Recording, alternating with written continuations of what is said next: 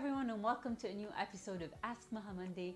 Today's episode is all about comparing the iPhone X with the iPhone 11 Pro and the 5D Mark IV. Have you been wondering, how does the iPhone X compare with the iPhone 11 Pro? Were you considering maybe an upgrade? Maybe you're thinking, I want to buy a professional camera. You know what? Let's see pictures side by side and let's find out together, how do they compare?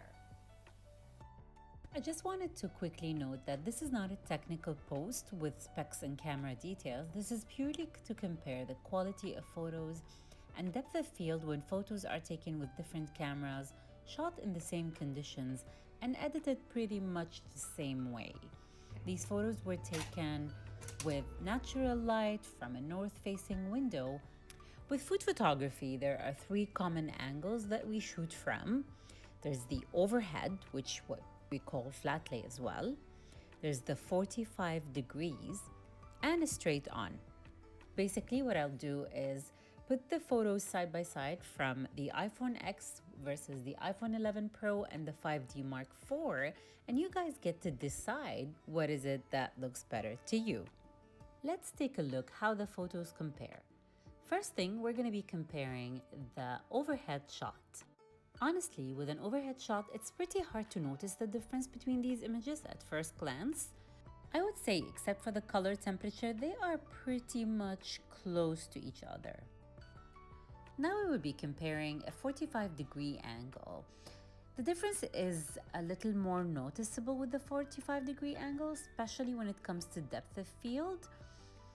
I would like to take a closer look at the images side by side to see how, because at this angle, honestly, like this far, you can't really tell the difference. But once we zoom in, we can see some of these differences. The main thing you can see is probably the depth of field, especially when you compare the 11 Pro with the iPhone X. The 11 Pro shoots by default with the portrait mode at an aperture of f4.5. However, actually you can control that, and that's a feature that's only available with the 11 Pro versus the iPhone X. As you can see here, you can go all the way up to f1.4, which has the shallow depth of field, and then you can change it anywhere between like 2.8, f8. The 4.5 is the default one that you've been seeing all these pictures and the comparisons, and then the f16, which has a deep depth of field. So here's the last comparison. As you can see, they're really very close to each other. Obviously, the color temperature is different from one camera to the other, as well as the glass that's on the 5D Mark IV. I think it's kind of unfair to compare, but I put it there just for kicks.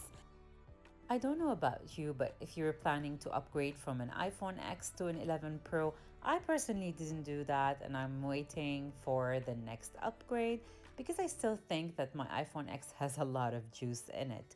And when it comes to the 5D Mark IV, honestly, that's what I shoot with commercially. I love that camera and the glass that I have, the lenses. So I'm not replacing it yet. That being said, you really don't have to buy a digital SLR to start taking great pictures. I hope this demonstrated to you that you can do that. If you like this video, please subscribe to my channel and stay tuned for next week with a new episode. Until then, I'll be here just eating my cookies.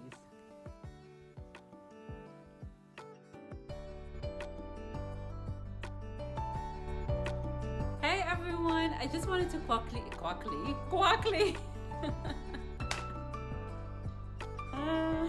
Hey everyone, what is this?